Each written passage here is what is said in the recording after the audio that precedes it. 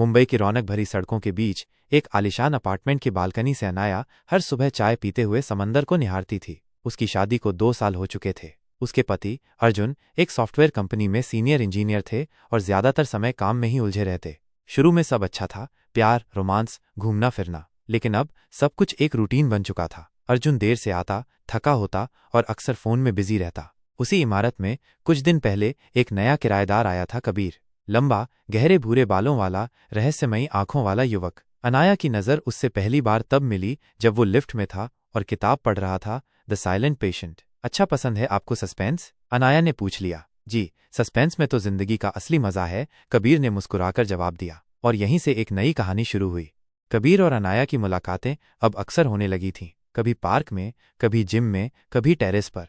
कबीर के पास हर बात का जवाब होता था। वो न सिर्फ सुनता था बल्कि समझता भी था। और शायद यही वो चीज थी जो अनाया को अर्जुन में अब महसूस नहीं होती थी। एक शाम जब अर्जुन किसी ऑफिस टूर पर गया हुआ था, कबीर ने अनाया को कॉफी के लिए बुलाया। तुम्हारी आंखों में कोई कहानी है, कबीर ने कहा।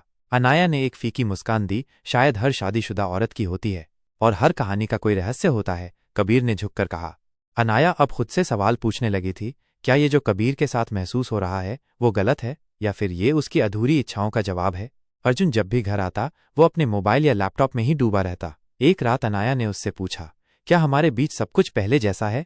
अर्जुन ने अनमने अंदाज में कहा, मैं काम में बहुत बिजी हूं, तुम्हें तो समझना चाहिए। और मैं किसमें बिजी हूं अर्जुन? अनाया की आंखों में पानी था, पर अर्जुन ने देखा तक नहीं।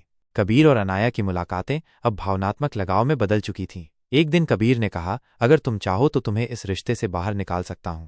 अनाया चौंक गई। मतलब? बस कहो, मैं अर्जुन से बात कर लूंगा। कबीर की आंखों में नज़ीर थी। नहीं नहीं, मैं अभी तैयार नहीं हूं। पर उसी दिन कुछ ऐसा हुआ जिसने सब कुछ बदल दिया। अर्जुन ऑफिस से लौटा ही नहीं। पुलिस ने बताया कि उसकी कार एक सुनसान सड़क पर मिली, लेकिन अर्जुन का कोई सुराग नहीं था। अनाया सदमे में थी। कबीर ने उसका सहारा बनने की पूरी कोशिश की, लेकिन उसकी एक अजीब सी बात ने अनाया को डरा दिया। अब तुम आज़ाद हो, कबीर ने कहा। क्या मतलब? अनाया की आवाज़ कांप उठी। मतलब ये कि अब तुम्हें किसी को जवाब देने की जरूरत नहीं। कबीर ने आंखें झुका लीं। अनाया ने कबीर की बातें दोहराईं और एक एक करके उसे सब कुछ अजीब लगने लगा। कबीर ने कभी अपनी नौकरी के बारे में कुछ नहीं बताया। हर बार अर्जुन और उसके झगड़े की बात वो जान कैसे जाता था। एक दिन अनाया को कबीर के कमरे में अर्जुन की घड़ी मिली, जो वो हमेशा पहना करता था। अनाया का दिल दहल गया। अनाया ने पुलिस को सारी बात बताई और कबीर पर शक जाहिर किया।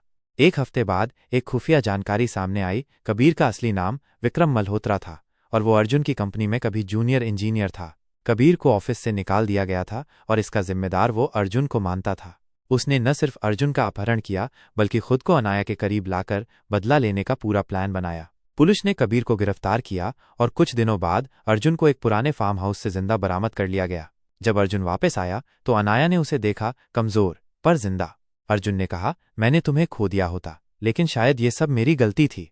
अनाया ने उसकी आंखों में देखा। अब वहां ध्यान था, संवेदना थी। कुछ महीने बाद अर्जुन ने नौकरी छोड़ दी और अनाया के साथ एक छोटा कैफे शुरू किया, परछाइयां। कभी कभी अनाया छत पर जाकर समंदर देखती थी और खुद से कहती थी, शायद जिंदगी में सबसे खतरनाक वो कोई तीसरा नहीं बल्कि वो हिस्सा होता है जो हम खुद से छुपा लेते हैं। रिश्तों की दुनिया में कभी कभी सच्चे खलनायक वो नहीं होते जो सामने हैं, बल्कि वो होते हैं जिन पर हम सबसे ज्यादा भरोसा करते हैं। पति, पत्नी और वो की ये कहानी सस्पेंस से होते हुए अंत में हमें एक आईना दिखा जाती है, भरोसे, छल और इंसान की परछाइयों का।